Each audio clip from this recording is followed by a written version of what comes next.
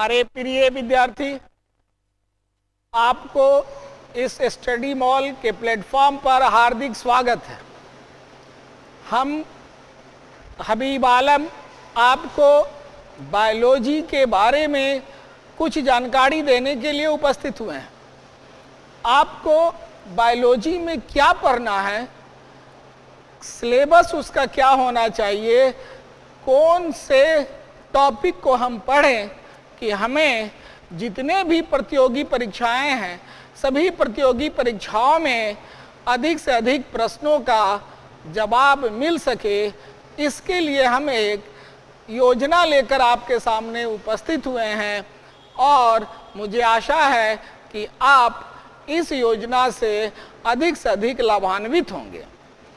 तो सबसे पहले आपको बता दें कि बायोलॉजी में जो सिलेबस है वह सिलेबस किन किन परीक्षाओं में आपको काम आने वाला है।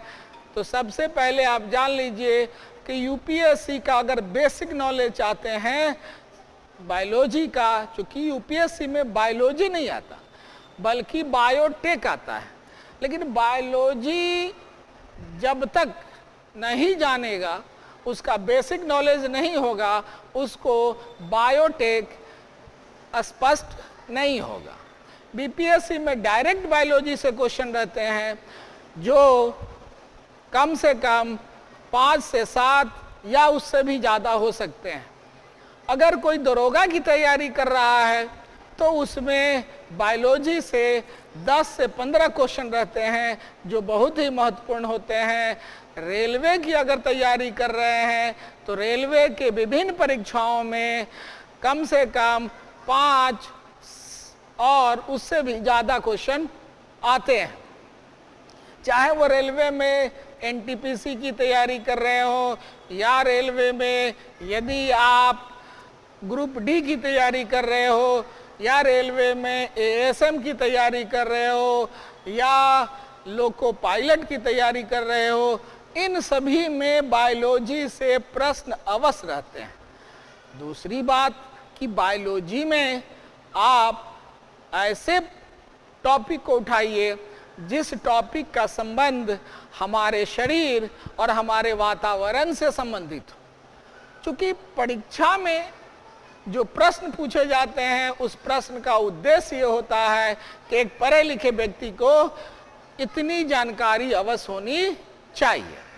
तो सबसे पहले हम आपको बायोलॉजी में इंट्रोडक्शन या परिचय बताएंगे। परिचय में आपको बता देंगे कि कम से कम परिचय में आपको 2 चीज़ जरूर पढ़ना होगा। एक सजीव किसको कहेंगे और निर्जीव किसको कहेंगे, इसकी जानकारी अवश्य होनी चाहिए। जब मैं सजीव और निर्जीव को बताऊंगा तो उसी समय आपको एक बात और बता दूंगा कि निर्जीव और मृत में क्या अंतर है, इसकी भी जानकारी हम आपको देंगे। इसलिए परिचय में आप देखिएगा क्या कि सजीव के कौन कौन से लक्षण है, कैरेक्टरिस्टिक्स ऑफ लिविंग थिंग्स को जानना है और निर्जीव और मृत के बीच में क्या अंतर है, अगर अंतर है तो क्या है और उससे क्या प्रश्न पूछे जाएंगे। उसके बाद पहला चैप्टर के रूप में हम आपको साइटोलॉजी बताएंगे और जब साइटोलॉजी आपको बताएंगे तो उस समय आपको इस बात पर बल देंगे कि साइटोलॉजी में किसका अध्ययन करेंगे। तो साइटोलॉजी में हम लोग कोशिका का अध्ययन करते हैं, क्योंकि साइटोलॉजी का हिंदी ही होता है कोशिका विज्ञान। तो इस चैप्टर में हम आपको बताएंगे कि कोशिका का हिस्ट्री,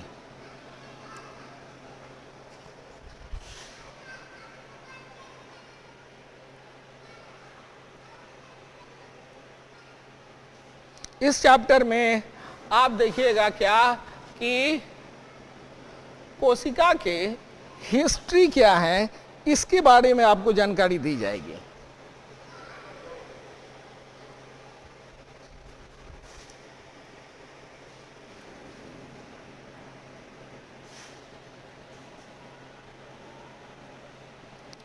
इस चैप्टर में आप देखेंगे क्या कि पहले कोशिका के हिस्ट्री के बारे में बताएंगे।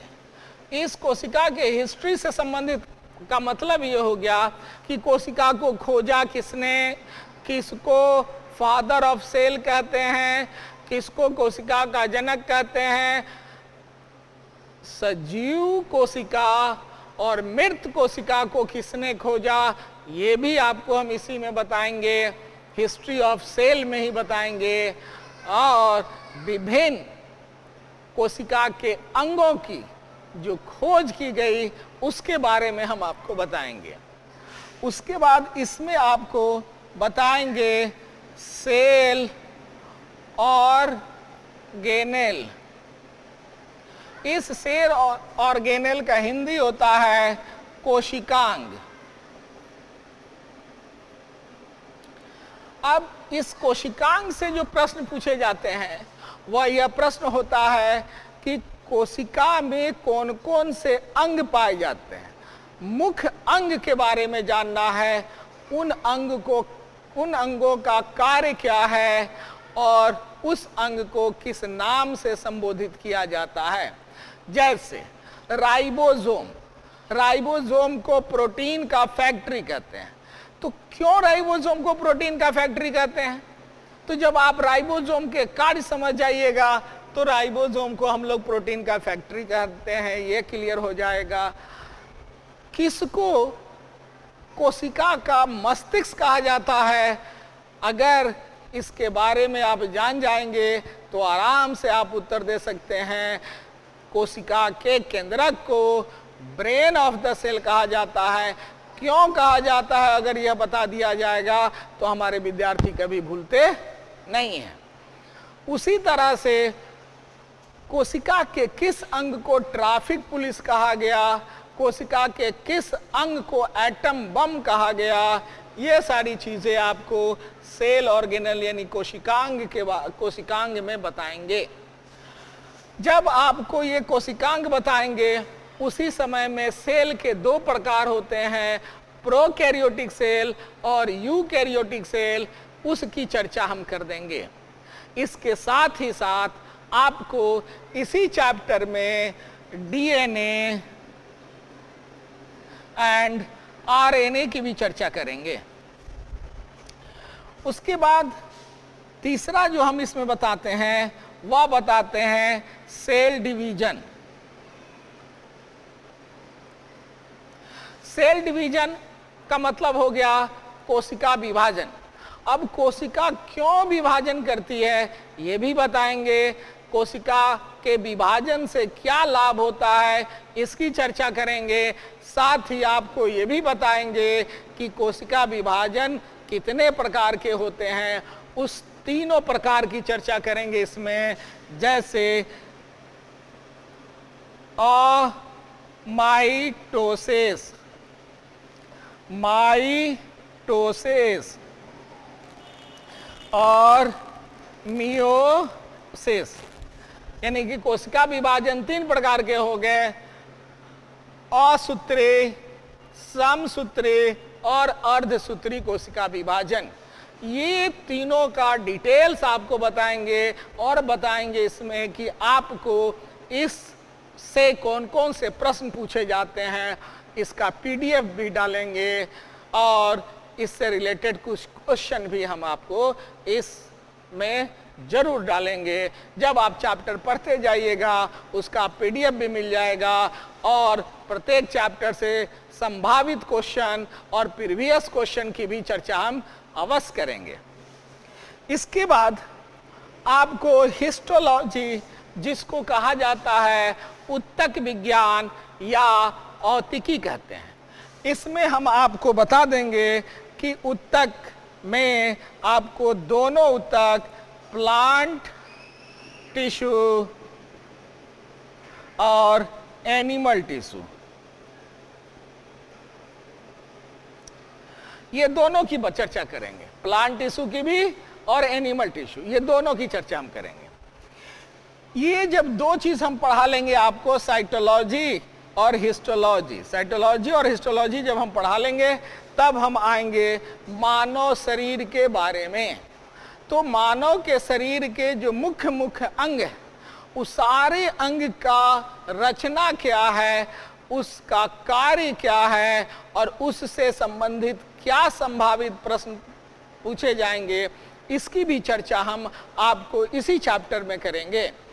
और इसमें जब हम शुरू करेंगे तो सबसे पहले हम आपको शुरू करेंगे स्केलेटल सिस्टम। देखिए यहाँ स्केलेटल सिस्टम, आप घबराइएगा नहीं, क्योंकि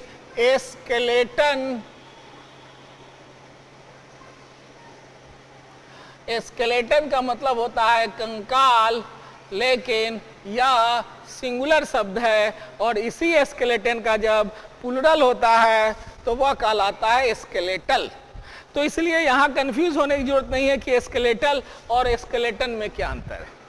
तो जब हम आपको स्केलेटल सिस्टम पढ़ाएंगे उस समय आपको बताएंगे कि हमारे शरीर में कितनी हड्डियां हैं, हड्डी के अलावा क्या और भी चीज स्केलेटन में है। तो स्केलेटन में दो चीज आप पढ़ेंगे, एक को हम कहते हैं बोन और दूसरा को कहेंगे हम लोग कार्टिलेज। बोन का हिंदी होता है अस्थि और कार्टिलेज का होता है उपास्थि। हड्डियां कठोर होती है, जबकि उपास्थि कार्टिलेज मुलायम और लचीली होती है, जैसे ये कान का पिन्ना। उसके बाद जब स्केलेटन पढ़ा लेंगे तो आपको नेक्स्ट जो पढ़ाएंगे वह पढ़ाएंगे डाइजेस्टिव सिस्टम। जैसे ही हम आपको डाइजेस्टिव सिस्टम पढ़ाना शुरू करेंगे उस समय आपको ये बताएंगे कि हमारा शरीर किसका पाचन करता है, कौन कौन से पोषक तत्व होते हैं, इस पोषक तत्वों में से कौन सूक्ष्म रूप में लिया जाता है और कौन जटिल रूप में लिया जाता है। जटिल पोषक तत्व का ही पाचन हमारा शरीर करता है। तो आपको पोषक तत्व में carbohydrate, protein, fat, vitamins and minerals, water and roughage, इसकी चर्चा होती है। तो मैं आपको इसमें जब पढ़ाने लगूंगा तो आपको हम बताएंगे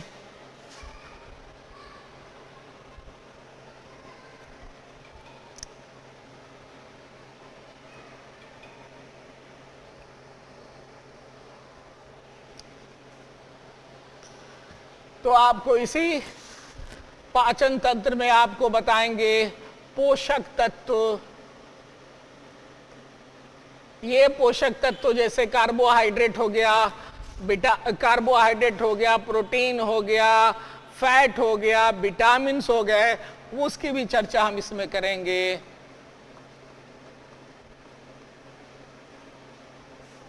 कौन विटामिन किस नाम से जाना जाता है, किस विटामिन से कौन कौन से शरीर में फायदे होते हैं, कौन विटामिन की कमी से कौन रोग होता है, वो डिफिशियंसी डिजीज के रूप में हम आपको इस विटामिन चैप्टर में पढ़ाएंगे।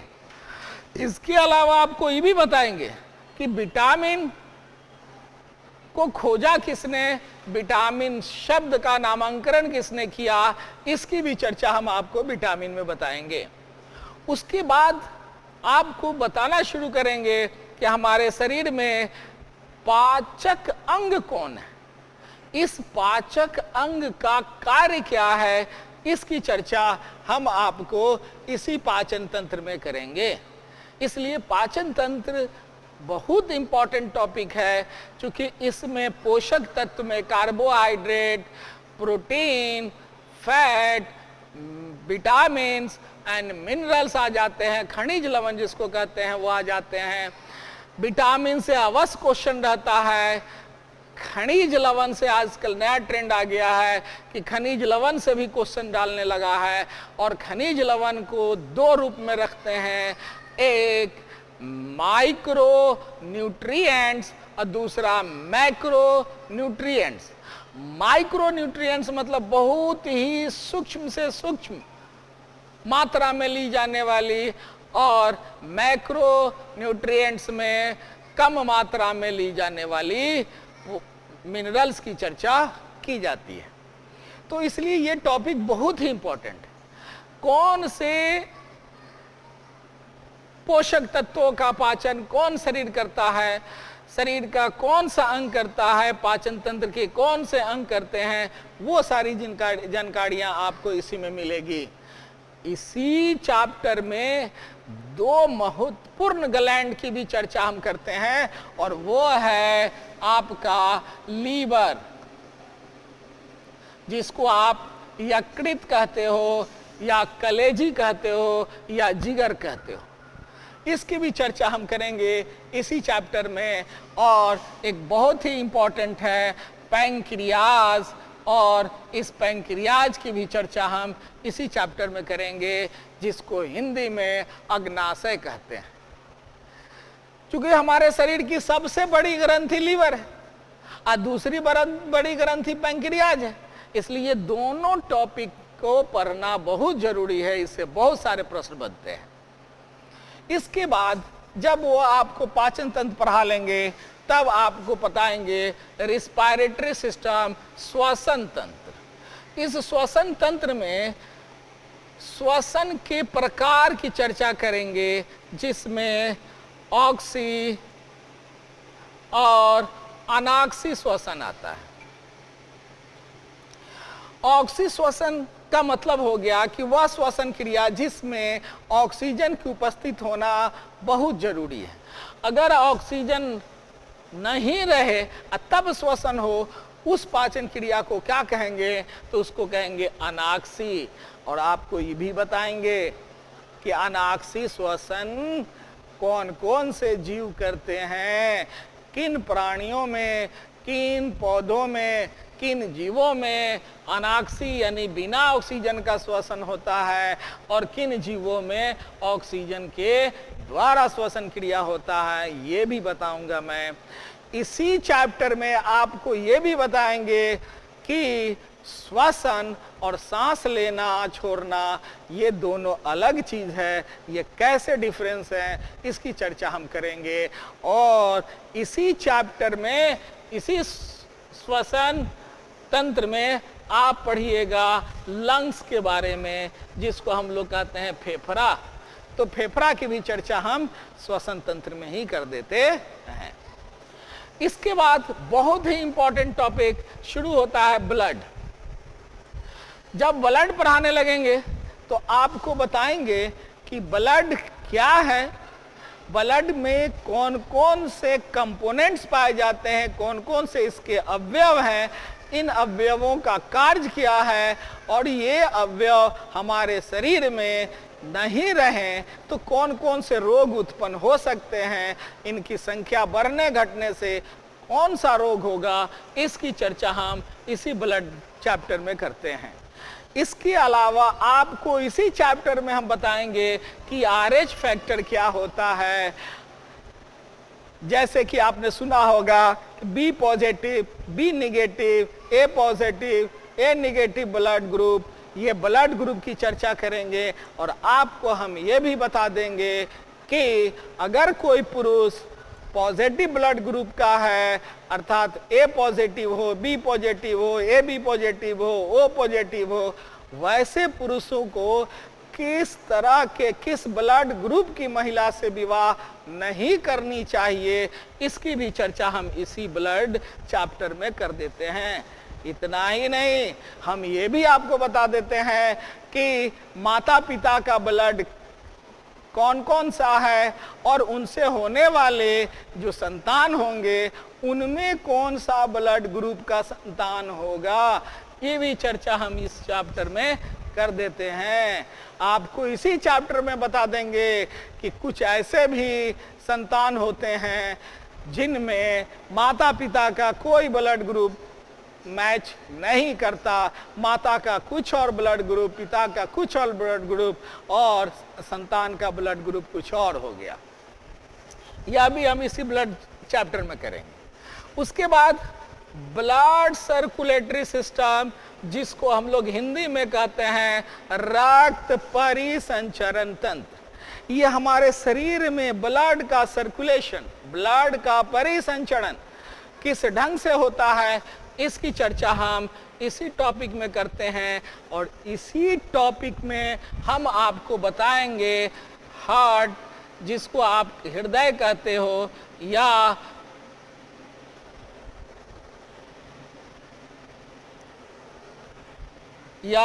जिसको आप दिल कहते हो, या हृदय क्या है, किस ढंग का है, इसकी भी चर्चा हम इसी टॉपिक में करते हैं। उसके बाद आएंगे एक्सक्रीटरी सिस्टम। एक्सक्रीटरी यानी कि उत्सर्जन तंत्र, कौन से पदार्थ हमारे शरीर से एक्सक्रिएट होते हैं, उत्सर्जित होते हैं, इसकी चर्चा करेंगे। और इसी चैप्टर में विशेष रूप से आपको चर्चा करेंगे किडनी के बारे में। इसी किडनी को हम लोग गुर्दा कहते हैं, याद रखिएगा। लीवर को यकृत या जिगर या कलेजी कहते हैं, और किडनी को हम लोग गुर्दा कहते हैं, जिसको वृक्क भी कहा जाता है। जब आपको एंडोक्राइनल सिस्टम आएंगे तो आपको बताएंगे कि ग्रंथि और अंग में क्या अंतर है, ग्रंथि कितने प्रकार के होते हैं, उसकी चर्चा करेंगे। और विशेष रूप से आपको चर्चा इसी में करेंगे ह्यूमन हार्मोन के बारे में। और ये हार्मोन जब पढ़ाने लगेंगे तो इसमें आपको बताएंगे कि कौन से हार्मोन के कमी से और उसकी अधिकता से कौन कौन से रोग होते हैं, वो सारा चर्चा हम इसी टॉपिक में करेंगे। इसके बाद में आएंगे नर्वस सिस्टम, तंत्रिका तंत्र, जो हमारे शरीर के सभी अंगों में कंट्रोल एंड कोऑर्डिनेशन का काम करता है, इसी में पढ़ाएंगे। और इसी चैप्टर में आपको बताएंगे ब्रेन के बारे में, जिसको हम लोग हिंदी में मस्तिष्क कहते हैं। मस्तिष्क के कितने अंग होते हैं, मस्तिष्क को कितने भाग में बांटकर हम लोग अध्ययन करते हैं, किस भाग का कौन कौन सा कार्य है, इसकी चर्चा हम लोग इसी नर्वस सिस्टम में करेंगे। तब आएंगे रिप्रोडक्टिव सिस्टम, प्रजनन तंत्र।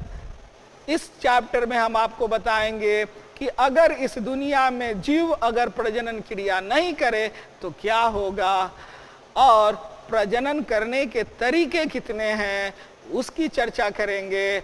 और आपको इसी टॉपिक में हम ये भी बता देंगे कि मनुष्यों में होने वाले जुड़वा संतान कितने प्रकार के होते हैं और कैसे ये जुड़वा संतान जन्म लेते हैं, इसकी भी चर्चा हम इसी रिप्रोडक्टिव सिस्टम में करेंगे। जब आएंगे सेंसोरी नर्वस सिस्टम की बात जब करेंगे, जिसको हम लोग कहते हैं ज्ञानेंद्रिय तंत्र।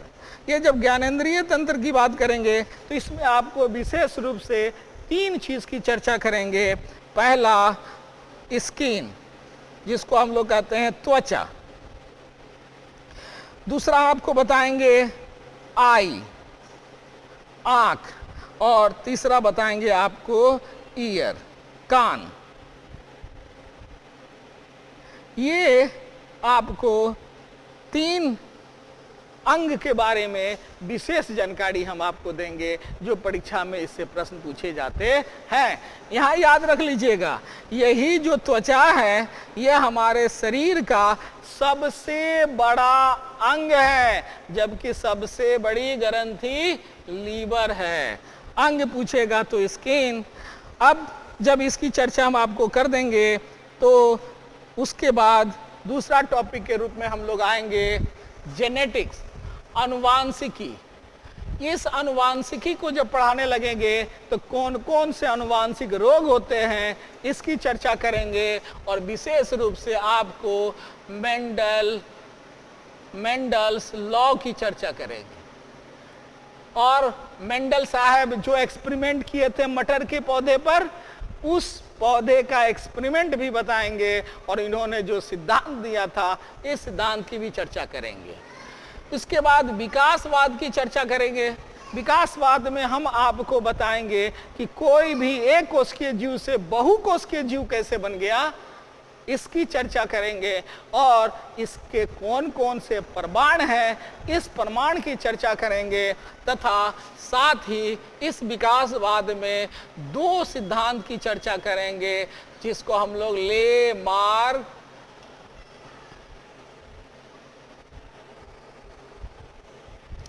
ले मार्किज्म कहते हैं,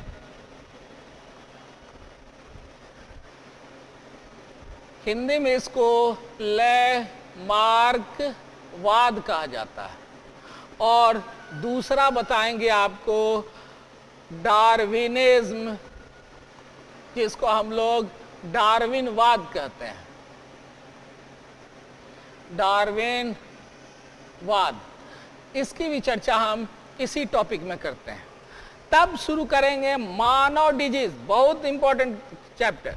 मानव के कौन कौन से रोग हैं, इन रोग से कौन कौन से अंग प्रभावित होते हैं, उसकी चर्चा करेंगे। तब आपका शुरू हो जाएगा बॉटनी का टॉपिक। इस बॉटनी टॉपिक में, इस वनस्पति विज्ञान में प्लांट फिजियोलॉजी, पादप शरीर क्रिया विज्ञान की जब चर्चा करते हैं तो आपको जड़ और जड़ का रूपांतरण,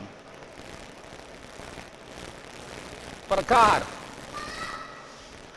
जब तना पढ़ाते हैं तो तना का प्रकार और रूपांतरण की चर्चा करते हैं।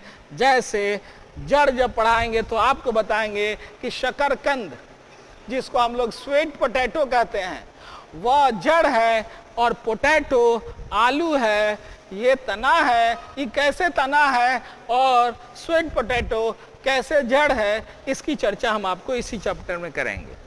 उसके बाद जब स्टेम पढ़ा लेंगे तब आपको पत्ता बताएंगे, पत्ता कितने प्रकार के होते हैं, पत्ते में कौन कौन से अंग पाए जाते हैं, इसकी भी चर्चा हम लोग इसी टॉपिक में करेंगे।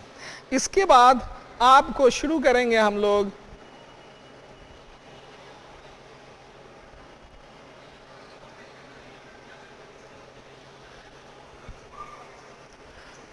फ्लावर, बहुत इंपॉर्टेंट टॉपिक। फूल किसको कहते हैं, फूल में कौन कौन से अंग पाए जाते हैं, और इस फूल से फल कैसे बनता है, इस प्रक्रिया को हम बताएंगे। आपको जब फल पढ़ाने लगेंगे तो फल के प्रकार, सत्य फल और असत्य फल किसको कहते हैं, इसकी भी चर्चा करेंगे। और साथ ही आपको ये भी बताएंगे कि आप कैसे पहचान लीजिएगा कि यह सत्य फल है या असत्य फल है, उसकी भी चर्चा हम कर देंगे। तब शुरू करेंगे प्रकाश संश्लेषण, फोटोसिंथेसिस। फोटोसिंथेसिस किस तरह से प्लांट, हरे प्लांट भोजन बनाते हैं, हरे प्रकाश में कोई प्लांट है जो भोजन बनाता हो, उसकी भी चर्चा करेंगे।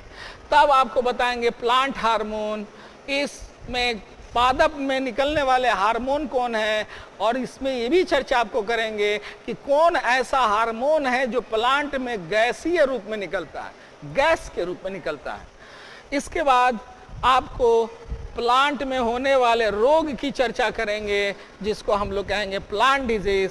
तब बहुत ही इंपॉर्टेंट टॉपिक एक आता है मेडिसिनल प्लांट, औषधीय पादप, इसमें कौन प्लांट किस रोग के लिए काम आता है, इसकी चर्चा करेंगे।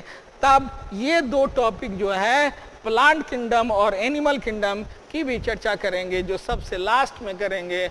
और चूंकि यह बच्चों को थोड़ी सी बोरिंग होती है, फिर भी हम जब पढ़ाएंगे आपको बहुत ही इंटरेस्टिंग लगेगी, और आप इसको ध्यान रखें। इसके बाद जो दूसरी वीडियो है उस वीडियो को आप देखें और इससे ज़्यादा लाभान्वित हों, और इस स्टडी मॉल ऐप को अधिक से अधिक अपने मित्रों और साथियों के बीच में इसका प्रचार प्रसार करें, अधिक से अधिक आपको लाभ मिलेगा। धन्यवाद।